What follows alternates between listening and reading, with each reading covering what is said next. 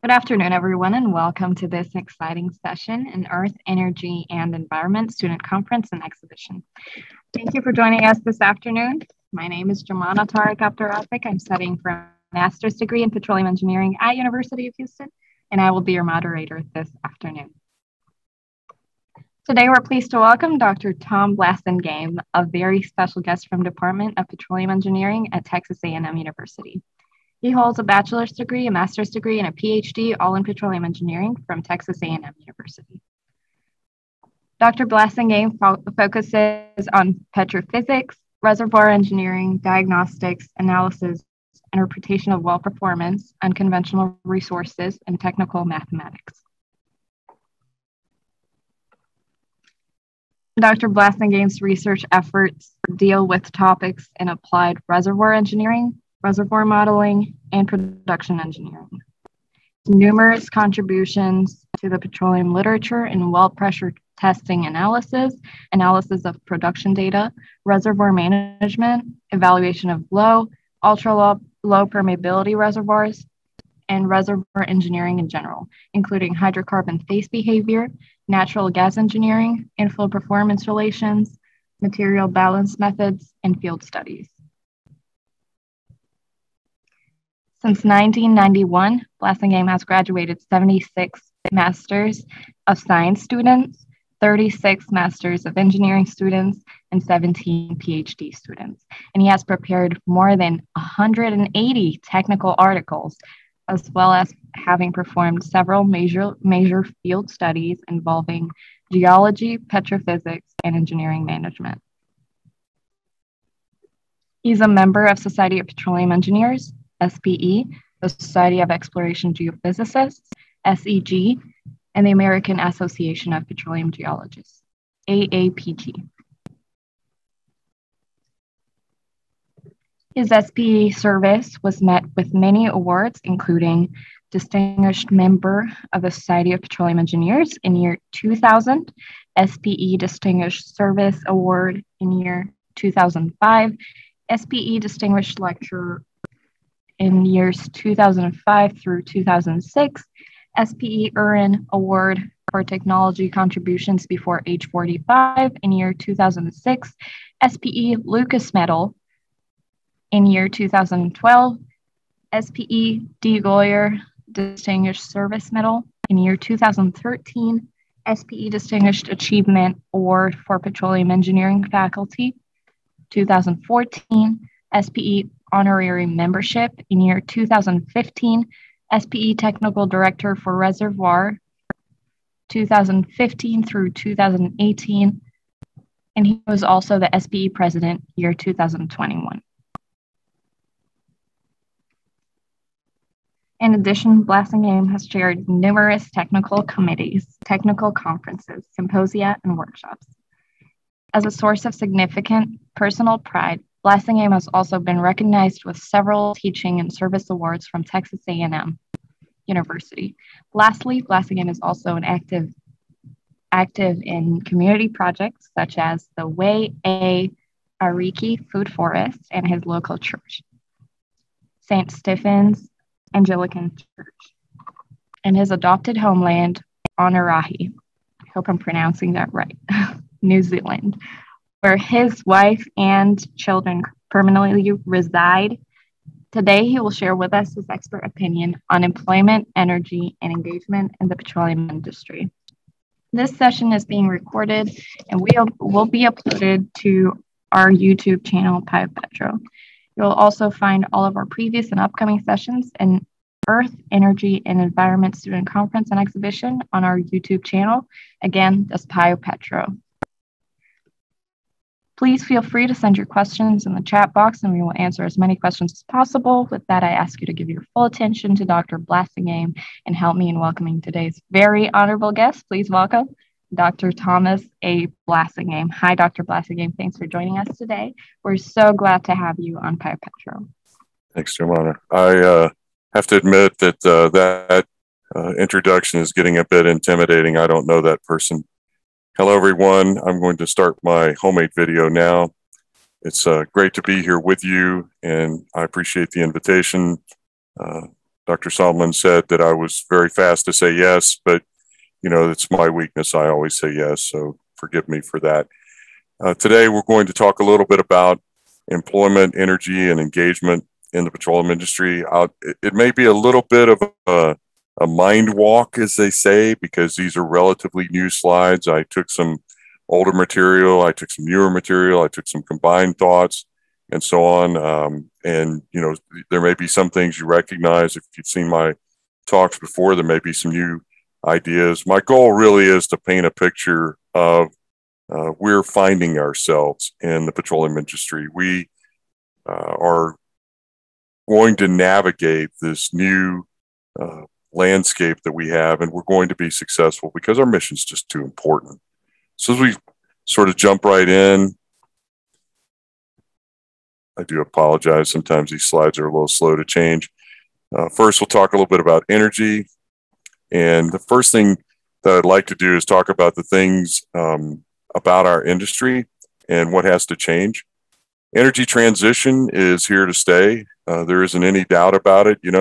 We jokingly say we've been in energy transition for a long time, but this time it's for real. Well, this time it really is here, and it really is real. And we will have to compete for market share. We will have to do all sorts of other things, but we also are. We're going to be the leader. Our discipline and our resource are going to lead for a long time. We must engage the public in order to build trust. That's not trying to educate them or inform them, bombard them with data. It's just engagement. Having public forums where we openly engage and discuss with the public is really important. As I mentioned a moment ago, we're going to have to compete for relevance. We're also going to have to rebrand. I jokingly called this geoenergy and then found out that someone had named their degree geoenergy. So we'll talk a little bit more about things like that. But rebranding will be important. People need to understand we're not the enemy. We provide a lot of security, enormous benefit to those who are impoverished. And frankly speaking, we power the world at this moment. So the global energy demand has increased about 2.3% per year for the last 20 years. And in fact, it's increased at a similar rate, not exactly the same, but it's increased continuously for about the last 60 years, which is a major comment on how energy is being consumed on the planet. And with 80 million people being added every year, this isn't going to suddenly go down. What should stay the same in our industry? We have a great emphasis on cutting edge technology. Most of you young folks know this, that we emphasize the ability to do things with the best possible technology. We also have a focus on best-in-class talent. That would be some of you. Well, we're supposed to say that would be all of us, but it might not be me anymore. But we also have a very high say-do ratio. We always over-deliver. And we must consider our ability to adapt. As an industry, we've done a great job in doing just that. We've adapted to lower oil prices. We've adapted to the pandemic. However, we still have to produce 97 million stock tank barrels of oil per day and about 0.4 TCF a day.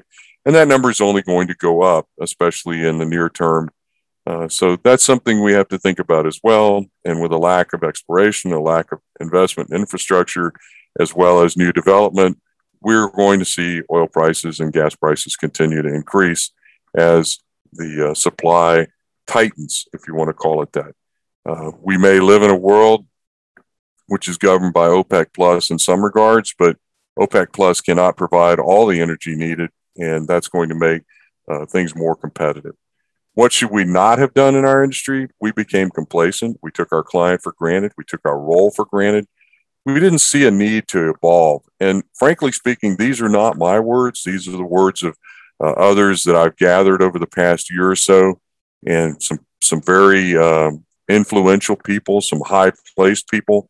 And for them to have this kind of introspection on their roles and on their businesses is amazing.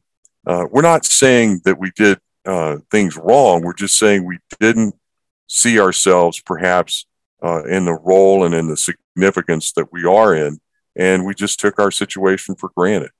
We allowed the industry to lose so much talent. There's been a tremendous loss of senior talent. Basically, anyone over 55 is probably gone from the workforce. They may be consulting, or they may be in academia like myself. They may be still working, but realistically, with the tightening of the market, it's going to be hard to keep senior talent. Frankly, we're so expensive. Barriers to entry for young talent, you know this, you're living this. This is the real stress in your own personal lives. But this is easing, and this will get better and better. However, and I state this in the strongest possible terms, the recovery of lost talent will be difficult. We've also had rampant growth in our academic programs, which has caused some difficulty and oversupply. I'll mention that later on. Let's just quickly ask ExxonMobil. This came from their 2019 Outlook for Energy, and I confess I did go back and make sure that I was using the most recent version of this, and I am. They have a major new sequence out on their carbon activities and on how oil and gas, are going to be mitigated in terms of their carbon impact. But basically, the consumption of oil and gas is along the lines of their predictions. Here's oil, here's natural gas, here's coal. And as you can imagine, we are going to have competition from renewables. In the case of other renewables such as hydro and alcohol and wood and so on, we're looking at something like this. The prediction also of ExxonMobil was that we would see an increase in nuclear power, which is probably true as well. And of course, this is total. This is energy output, or in this case, it's quadrillion BTUs, but it could be anything. It doesn't, the units are important, don't get me wrong, but it's just a trend that you have to factor in. And then looking at where wind and solar are. Now, there are a lot of people telling us that wind and solar are going to have a much more rapid rise. I didn't discuss that in this particular discussion or in this particular presentation, but there will be challenges for wind and solar, such as getting into the infrastructure and how wind and solar are going to be utilized. And also the fact that, without storage, it'll be difficult to really monetize wind and solar on a continuous basis. So I realize this is a few years ago or a couple of years ago, but the prediction in 2040 is going to look quite similar. Even their revised report of 2021, where they look at how electric cars will behave and so forth, or how the consumer will react to electric cars, it still won't dominate the scene. So this is something we have to factor in as well. But again, energy transition is here to stay. That's something we need to think about. So what gets me up in the morning is all of these numbers. And I realize if you've heard this before, it sounds like a song, but these are real people. There's 1 billion people without clean water. There's 2 billion people without secure water. There's 2 billion people without adequate sanitation, which has devastating effects on health. There's 1 billion people without electricity. And I know somebody's going to say, well, it's not 1 billion, it's 0.8. They revised the number. Does it really matter? There's a significant portion of the population on this planet that don't have access to continuous power. There's 2.6 billion people without access to clean cooking, which means they're burning things that are not good for them in order to create heat, in order to cook. There's about 1 billion people without sufficient food. There's another 2 billion people without secure food. And then there's a bit more than 1 billion people without safe and secure housing. And then, of course, there's the one that really affects me, and that there's 250 million children on this planet who receive no education whatsoever.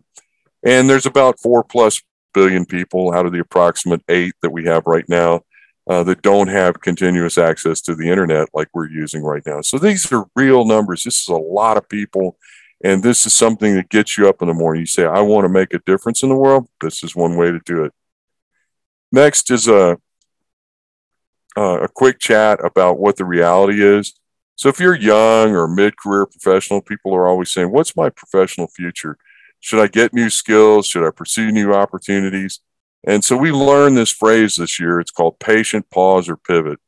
And patient just means to wait. It's kind of like playing chess or poker or some other kind of game. And pivot means, you know what? I'm not going to wait. I'm going to change. I'm going to push until it breaks. I'm going to change. And then there's pause. And pause is paralysis. Paralysis affects people like me who are at a point in our career where we really can't go one way or the other. You could argue that wait and pause are similar, but really we're waiting to see whether we're needed. And in the sense of that, we're also sometimes unable to change and unable to make a difference. I'm not talking about, that it causes a mental paralysis, but in some case it does. People are left with, what do I do? Well, if I do anything, it'll be wrong, so I will just not do something. That's different than waiting. Sorry for that explanation, but I thought you might need it. What's the future look like? Well, it's going to be OPEC and non-OPEC. It'll be conventional oil and gas for a while. And then regionally, it's going to be conventionals and unconventionals, obviously the US, Canada, Argentina, a few other places. There will be some significant component of unconventionals even in the Middle East. This is one of the worst kept secrets on the planet, of course. Locally, whatever is economic, whatever you can make money with. If it's natural gas, that's fine. If it's unconventionals, that's fine. If it's conventionals, that's fine.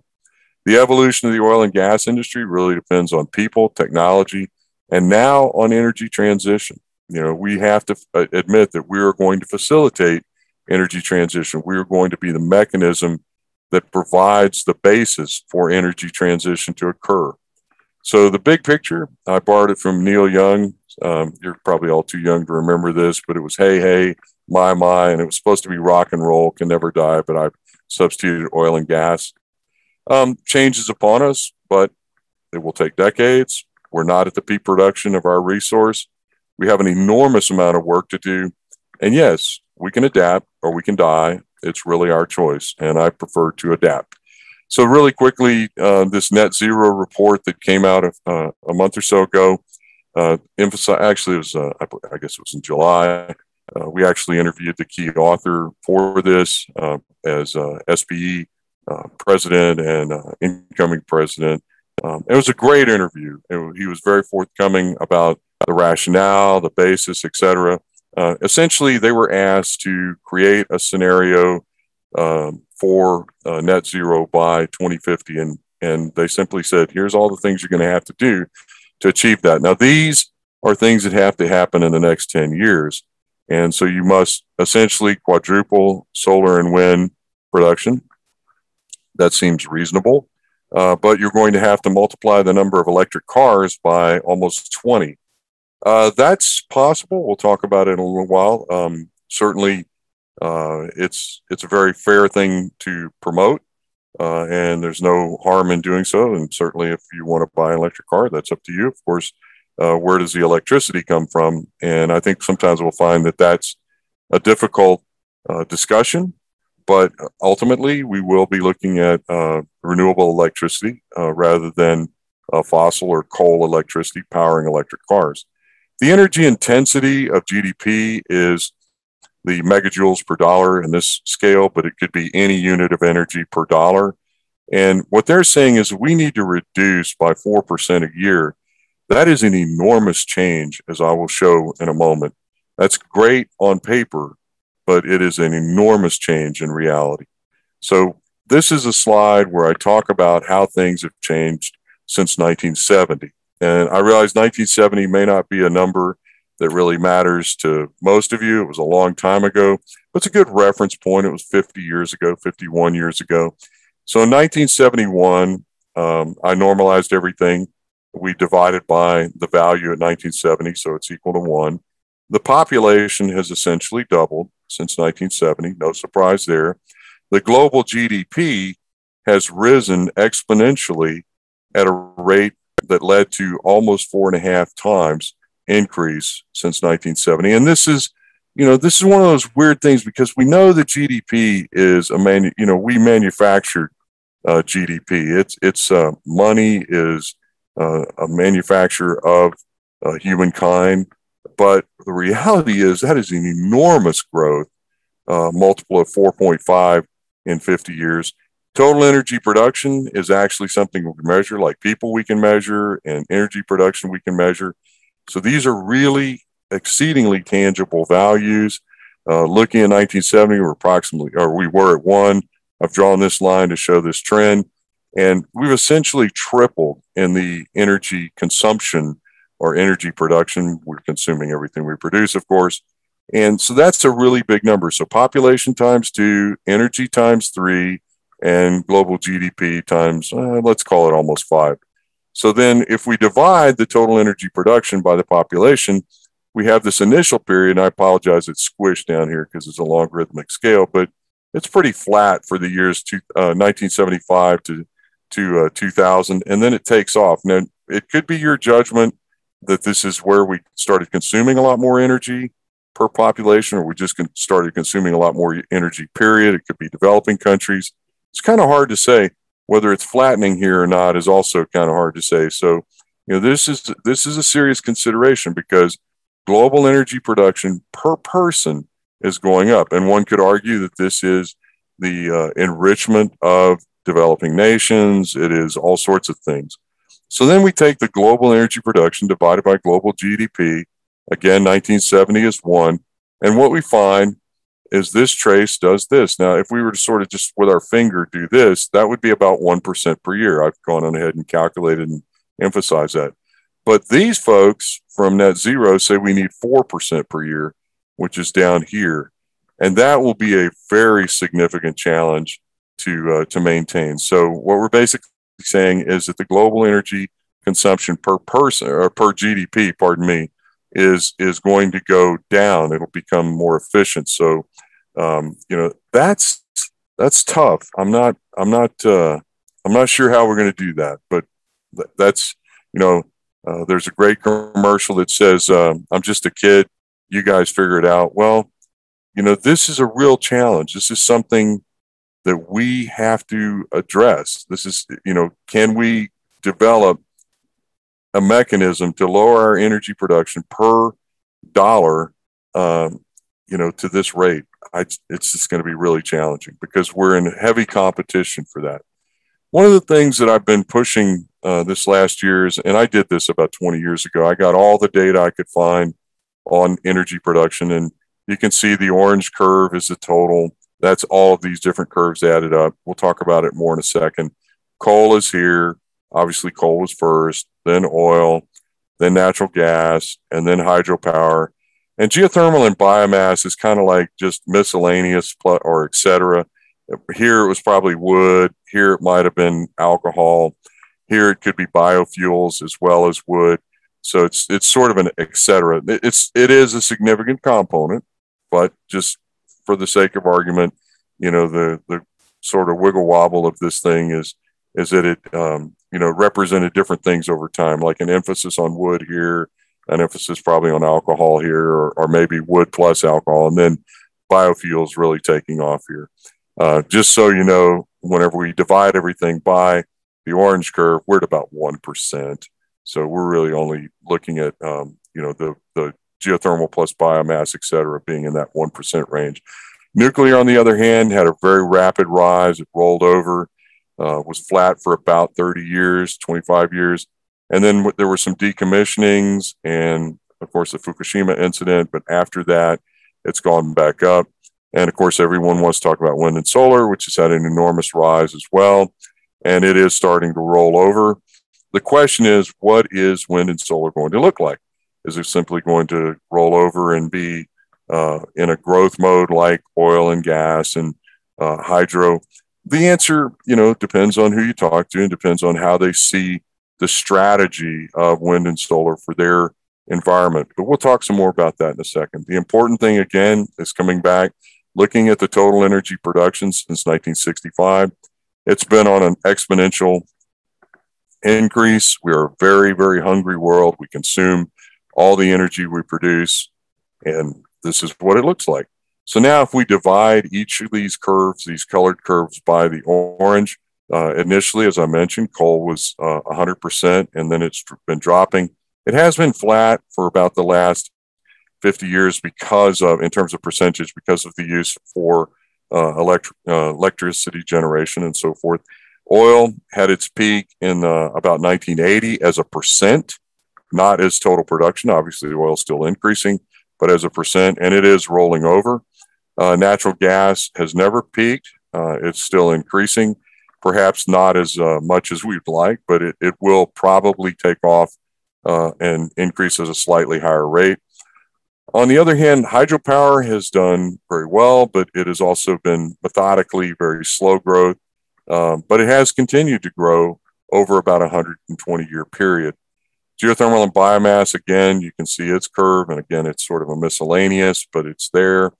And then, of course, we have nuclear, which, again, was flat for about 20 years. Its contribution was, and it began dropping because of decommissionings, and it began dropping because of continued to drop because of Fukushima, but it's actually stabilized. And the net is actually going up. So we'll probably see more of that. Of course, last but not least is wind and solar.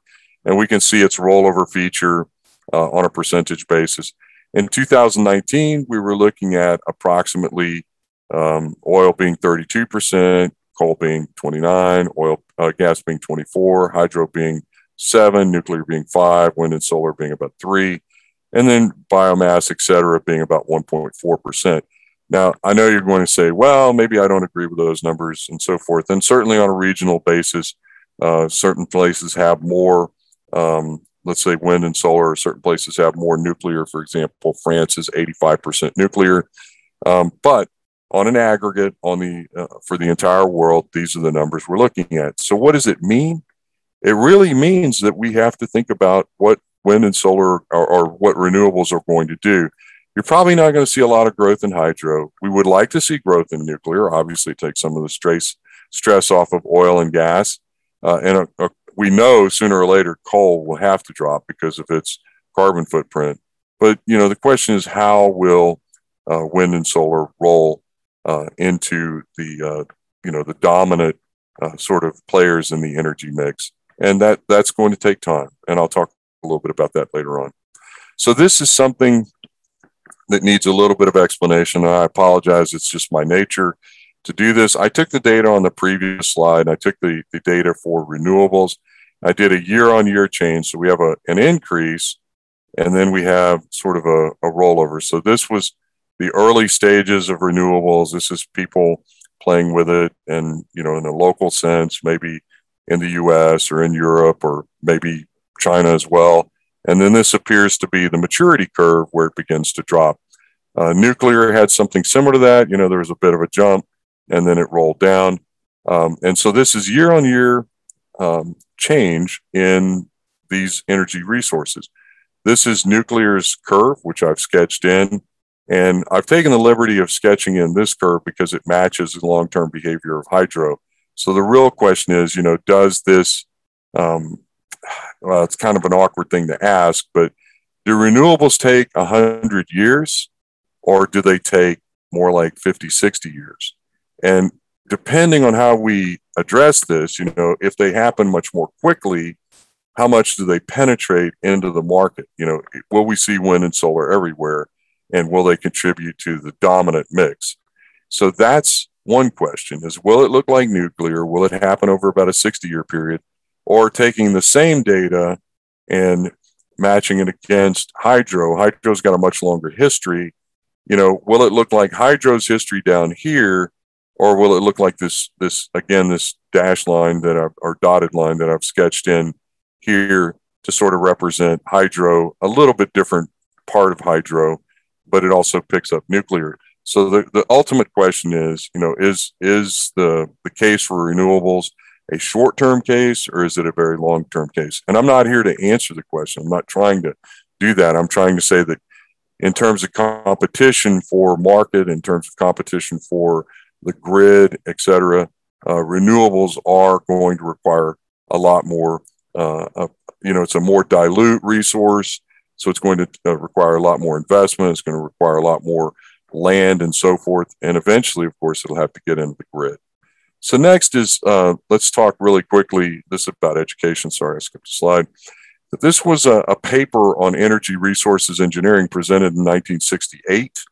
I was truly fascinated by this. As usual, I stumbled upon it looking for something else. But it was promoting essentially an energy engineering curricula in 1968. And for those of you who are paying attention, these gentlemen were at Oklahoma State University. So the discussion is the fundamentals are essential. And, I agree with that. Of course, I'm a teacher. And now we're going to have to include programming and data analytics. People are telling us that they're not going to hire our students unless they can program and deal with data. Now, everyone's taking data analytics, and that's great, but make sure that you're competent in it and you're not just able to run the software. I believe that energy resources engineering will evolve into something called energy systems engineering. And that means that we'll be looking at everything. We'll be looking at the resources, we'll be looking at the utilization, we'll be looking at the optimization, and so forth. And that's really my third line as well. The authors allude to integration in their comments on composite problems, which is really fascinating. That was 53 years ago. So they had the wisdom to see that. Last point that I'd make on here is that the authors also noted that academia should collaborate rather than compete. Good luck with that. We all have our own missions, and I'm sure everyone here knows that there's at least 5 programs that have declared they're going to produce an energy engineering degree in the next go round. And there are even a couple of schools that are well ahead. I can tell you mine is not, but that's okay. So next is my own little teaser, if you want to call it that. And I went out and I found the most difficult degree I could at Texas A&M, which is biomedical engineering. Pretty much everybody finishes that degree exhausted. Supposed to lead to medical school, but it probably just leads to a vacation. But, I was thinking we really compact the fundamentals in the first 2 years, and you can read these, but I'm talking about very heavy emphasis on math, chemistry, statistics, engineering science, computations, laboratory experiences, communications, etc. No cutting corners, okay? No cutting corners. So then, this third year, we'd really pump up the energy engineering, which would be the types of energy, and then the resources, and then utilization and conservation, and then energy economics and management. And then the last year would really be the hard part. I know you're saying to yourself, I don't want this degree. This is terrible. But, the last year is really about discipline specifics, design, and even, go into art and architecture.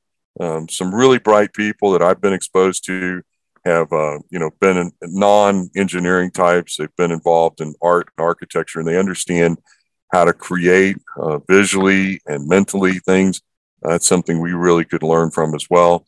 And then, of course, have a really heavy exposure to industry, both discipline specifics and projects and so on. Well, Penn State got ahead of me. I visited there last week, and it was pointed out to me this is their degree. So if anyone's from Penn State, this is their energy engineering degree. And I apologize, you can't read it, but go to that reference site and just click on a few of those courses, and you'll find that, it is predictable in the sense of topics. But what I was fascinated was they didn't have any holds barred.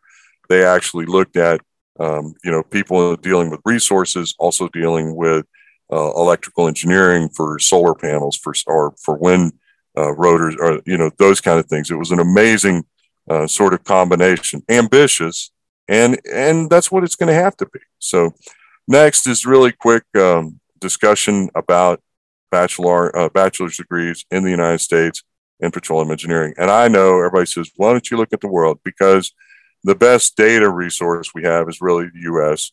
There was a paper written in 1990 by Calhoun, and he used the American Society for Engineering Education data, which was pretty good. That's this blue line. And it matches the data that's been archived by a fellow named Lloyd Heinze at Texas Tech. Lloyd's doing a fantastic job of this. But, you can see that the trends are essentially the same, and that's important because that's the raw data. No problem there. So what are we going to do with this? Well, let's look at this. After World War II, we had a lot of people going back to school with the government paying for their degrees. So there was kind of a hump here. Not really sure what happened in the mid-50s, but that's okay. And then there was sort of a slump. And then in the late 70s, there was, this was my generation, there was an enormous push for petroleum engineers, and it peaked right here when I graduated, and then it dropped precipitously again down to this base trend, and then it peaked again here in about 2016, and then it's dropping precipitously right now, and it will probably come out somewhere around here. So, you know, you can't say that our base load is 300 petroleum engineering graduates a year, because we have these huge numbers that fill in anything else. So maybe, you know, this is a hard medicine, but maybe people need to look at this and say to themselves, you know, this is a cyclical industry. It responds to global events. It responds to resource development. It responds to demand, essentially. So we have to think about how we're going to continue to do that, because frankly speaking, the world is going to need hydrocarbons for a very, very long time. Next is about engagement. And engagement, you know, I was trying to explain this to some folks recently in another venue, and I was trying to think of how do we explain that people are really complex. You know, some of us see ourselves as being growth mindset. Some see ourselves as fixed mindset. You know, I could say something really unpleasant, you know, like engineers are really, you know, they're not one dimensional, but they're sort of less dimensional than, say, people in liberal arts and that sort of thing.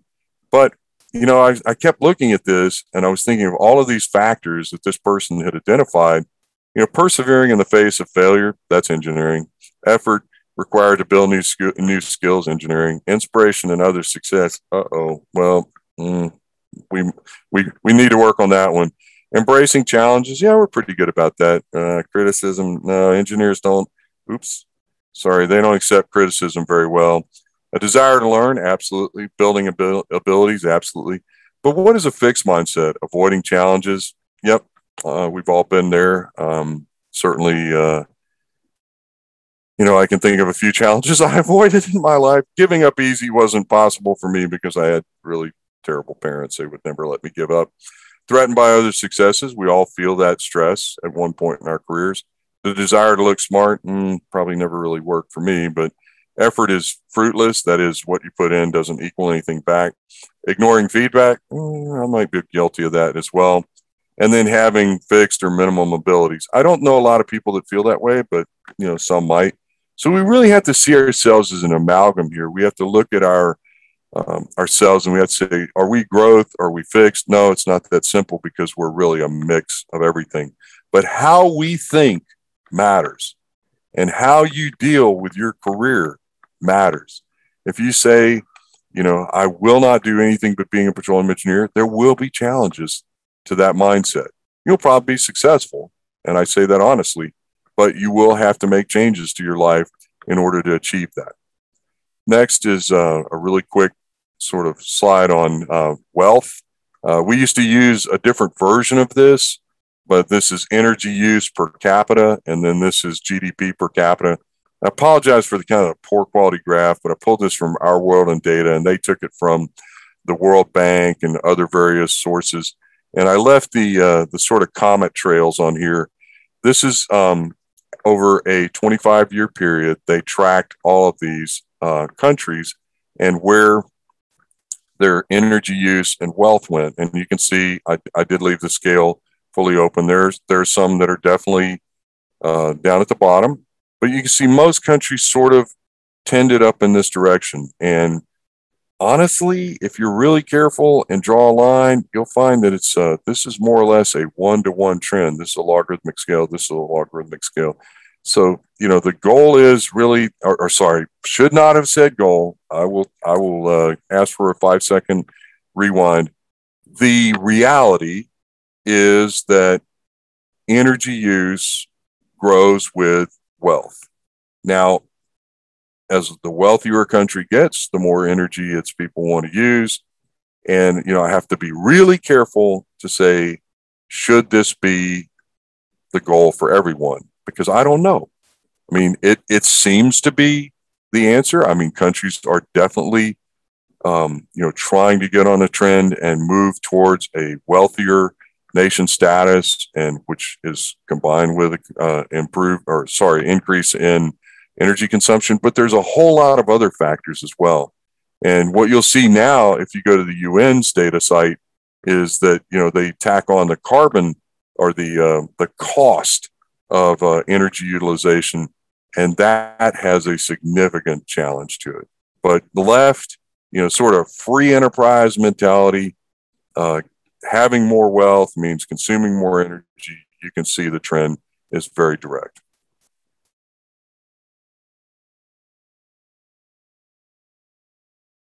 Next is a question about, can petroleum engineers do something else?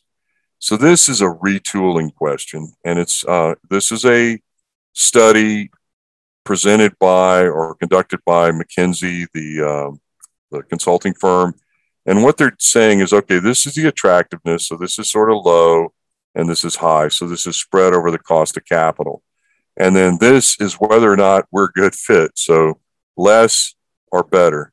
So we're really good over here in hydrogen and CCUS.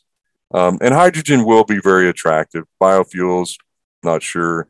Wind is we're sort of neutral on that, our skill set, but wind is going to be a higher value. Carbon marketing, I probably would have moved this further over because we're pretty good at things like that.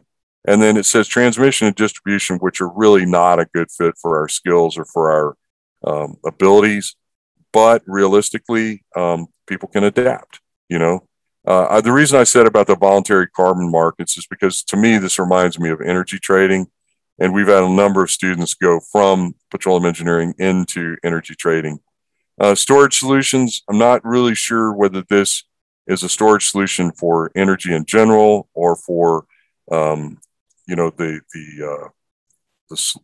storage of natural gas or the storage of hydrogen and other elements. They say it's a less good fit, but maybe they say that because there's going to be less of it. It won't be an enormous body of storage, but also it could be that they're talking about storage solutions, which are like storing electricity, which we're arguably going to see some breakthroughs on. And of course, nuclear is not a fit for us. Energy services, maybe not as good a fit either, because they're talking about the whole gamut of energy services. So might be a good idea. Take a look at this, think about where you fit, think about the things you want to do, things you don't want to do. And, you can always argue with how someone prepares a consulting report. You don't have to agree with it, but at least they're thinking about the right things. So as we kind of come to a close, let's ask really quickly about the AAGSB merger and say, is that a good thing? The numbers are on the left-hand side. I'm not a numbers person, so it doesn't really matter to me. My goal with the merger was simply to create a lot more strength through combined disciplines. And I will tell you, even though this is being recorded, I've talked to the leader of every society that would talk to me. And, we all recognize the need to collaborate. And at some point, we may see ourselves with even more collaboration. And, I'll end this really quickly. People always say, how can I help? Well, you can help by voting when it comes your turn. I know members or the professional members are the voters in this, not students, but you can encourage others to vote certainly as well. One of the things that we really emphasize in our discussions, which we have twice a week with the AAPG on this, is how this helps us to prepare for energy transition, how this provides new roles and career opportunities using this cross-disciplinary organization. And again, there's sort of a financial reality that there's a lot smaller pie to fight over. I'm sorry, this is just the reality. And we have to balance, what we can do with what resources are out there. And last, really, but not least, is I envision this as a global technical society and one which values the disciplines, whether it's geoscience, geology, geophysics, or engineering, petroleum engineering, or its periphery. And it helps us to address the challenges of energy transition and allows us to interact better with company stakeholders. A lot of fancy words there, but really, this is something that we're trying to do for the next generations of energy providers, petroleum engineers, energy resource engineers, whatever you want to call yourselves. Our goal was to create a better tomorrow through an organization that could better represent our needs, better integrated with the skills that we're traditionally going to use. Oh, I'm sure some of you will like this, some of you won't. Sorry about this if you don't. We do have an image problem. So this is percentage of rating positive of teens 16 to 18. And surprise, surprise, both teens and adults rank renewable energy at about 80%. Not a surprise. They probably have no idea what it's going to cost to get there, but that's okay. Natural gas for teens is seen less fondly than renewables, but more fondly than everything else. The young adults see natural gas as a transition fuel. Oil is just bad. It even, arguably as bad as coal. Adults 19 plus also see oil in a negative fashion. Nuclear, we're right up here with nuclear power. Only about a third of each group is seeing nuclear power as, desirable or something that they would like to have. And then coal, as you would expect, because of its carbon footprint, is really here. So, we have a serious image problem. We're going to have to deal with that. And that's just a reality. So electric vehicles are just getting started. So what I did is I found all of this data on automobiles in the United States. These are gasoline powered or diesel powered light duty vehicles, and they're given by the red triangles. And I plotted them, number of vehicles in millions, and then time in years. Motor vehicles start in 1900, which is where this marker is.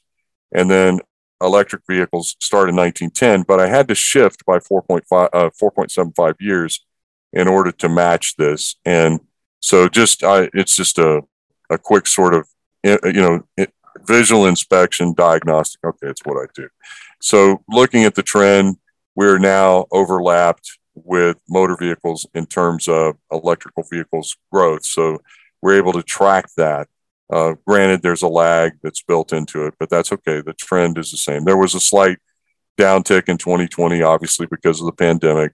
And the question is, when would we see 10 million cars? Well, this says we'll see it in 1, 2, 3, 4, 5, 6, 7, 8.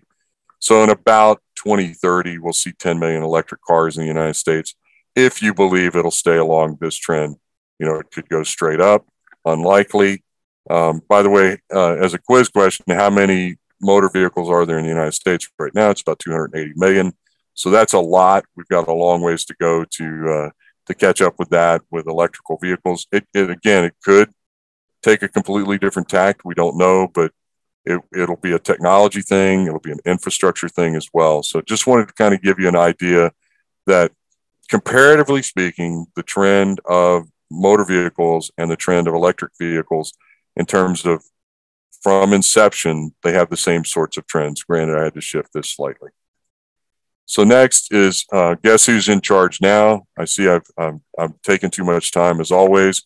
I'll make it really easy. 2012, 2014, 2016, 2018. These are SB membership profiles. This is your generation, maybe a little bit older than some of you, but that's okay. This is my generation or me, and it just keeps propagating, kind of like an egg going through a snake. So it just kind of keeps going. Well, guess who's in charge now? You are. In 2018, 2020, your generation really took over, and you will see this begin to tail off even more. 2020 data, about 75,000 professional members. We're expecting that to be on the order of 67, 68,000 when we do our January 2022 count. Student members in the 60s hasn't been that affected. It is going down, but not as much as professional members. Student chapters actually grew. We had 6 new student chapters this year. And I include the number of petty faculty in the U.S. just sort of to give an estimate of, how many people there are out there teaching. Next is a short diatribe about data analytics, and I'll go very quickly about this. This was some thoughts you might have about 10 seconds on simple regression. Everybody's had a class on polynomial least squares. This is trend line. And then we have nonlinear least squares. And there's a really cool little device here. Somebody wrote a JavaScript program that will do on nonlinear regression. Of course, you can also use our good friend, Mr. Solver, for that. But this is how people see data analytics. Then we go to something like this, where you start looking at multidimensional regression. And can you really correlate anything? This was a geologist paper, and then these were some engineers looking at completion design. And I can pick on this one because this one was my former student. But, people are really pounding on the data. They're beating it with everything they can to try to see trends. And that's great, as long as you remember that it's just data. You need to make decisions from it, and, be careful. So multidimensional regression, something I do all the time, but just please keep in mind, keep it simple, keep your thoughts clear on what your goal is. This is what data analytics looks like to most of us. And yes, this is something I wrote and used. Don't tell on me. Now, a little, diatribe about data analytics, and you'll get this presentation. But the important thing is, my first course in numerical methods was here in 1983, and I hope I'd never see it again. Then I programmed decline curve analysis in BASIC, and I said, don't ask. I had a fantastic optimization course in graduate school. Of course, it was the worst teacher in the worst grade. And I know no such thing as bad student, only bad teacher, but I was probably a bad student. So I went back and I taught myself all this over again. Then I began to use this stuff like wild. I used it for nonlinear optimization of deconvolution, did a bunch of work with Laplace transform, PTA. In other words, I had created a program to do nonlinear optimization for pressure transient analysis back in 1988. Nonlinear optimization of hydraulic fracture model, 1991. Then it did a bunch of correlation type work, some other things. 2005, we did some deconvolution and regularization, some more correlation work, petrophysical stuff, a bit more of that. I teach that in my classes, by the way. Then some new DCA relations that can only be solved by regression student work, deconvolution and derivatives, and noise reduction student work. So what can I do next? Well, maybe I could learn something besides Fortran or Excel. That'd be an old dog plus a new trick. Become a data analytics expert instead of a data diagnostics expert. Nope, not going to happen. Create new data models and interpretation schemes. Yep, old dog and old tricks. I can do that. And then truly understand non-parametric data correlations. I wish I had the brains for that. So what you're looking at is you're going to have a completely new expectation on you to be able to do these sorts of things.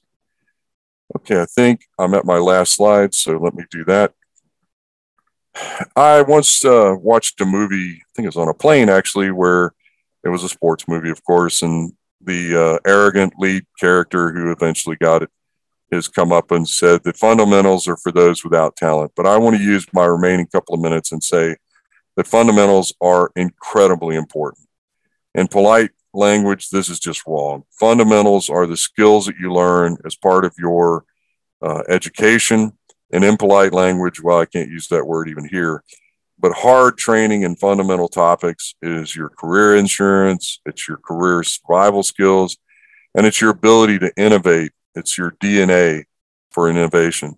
And all that, discussion I just gave you very quickly about my experience with data analytics is a crappy class led to, 30 something years of working with data and being very devoted to that.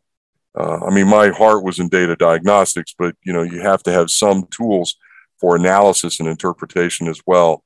I'm just trying to give you an idea of, you can learn the best things sometimes in not the best circumstances. And we all have talents, but you have to exercise and challenge those talents. And as the old adage or proverb goes, an unused tool is a useless tool. So keep your skills sharp. And that's it for me. So I will stop talking and hand it back over to Jumana. And I guess we have time for a couple of questions. And then I will let you go on to the next speaker because I know he's waiting. Very enlightening session by Dr. Thomas A. Blasingame. It was a pleasure having you on Earth, Energy, and Environment Student Conference and Exhibition. Dr. Blasingame, thank you so much for joining us, and thank you everyone for tuning in with us today. Today's session will be uploaded on Petra YouTube channel. Thanks again. Have a great day. I'm sure there are a lot of questions. Can we send you some? Sure. You can. I'll grab the chat and I'll try to address anybody I can. Sure. Excellent. Thank you so much. That was a great presentation. Fantastic. Thank you. And I'll stop sharing and I will stop speaking. Thank you so much. Okay, thank you.